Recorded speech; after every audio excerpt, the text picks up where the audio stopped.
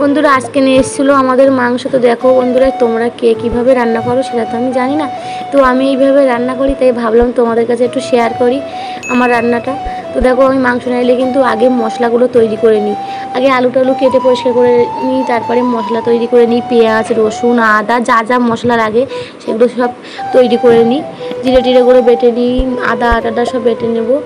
সব পাটা প্রায় আমার কমপ্লিট। তারপরে আমি মাংসটা ধুয়ে নেব ভালোভাবে। তারপরে আমার মাংসটা ধোয়া হয়ে গেলে আদা, পেঁয়াজ, রসুন, কাঁচা লঙ্কা সব কিছুই মাংসর গায়ে দিয়ে দেবো। তারপরে লবণ, হলুদ ও লঙ্কার গুঁড়ো অল্প দিয়ে দেবো, দিলে একটু টেস্টটা ভালো আসবে। তারপরে দিয়ে দেবো একটু তেলটা দিয়ে ভালোভাবে মাখিয়ে নেব। মাখিয়ে নিলে তোমরা হয়তো কীভাবে রান্না করো আমি জানি না, আমি কিন্তু মশলাগুলো একসাথে করে নিই মাংসর সাথে। দেখবে একসাথে মশলাগুলো তৈরি করে নিলে মাংসটা টেস্টটা খুবই সুন্দর লাগে। তারপরে আমি আলুগুলো ভেজে নিই, ভালোভাবে লাল করে আলু ভেজে নেব।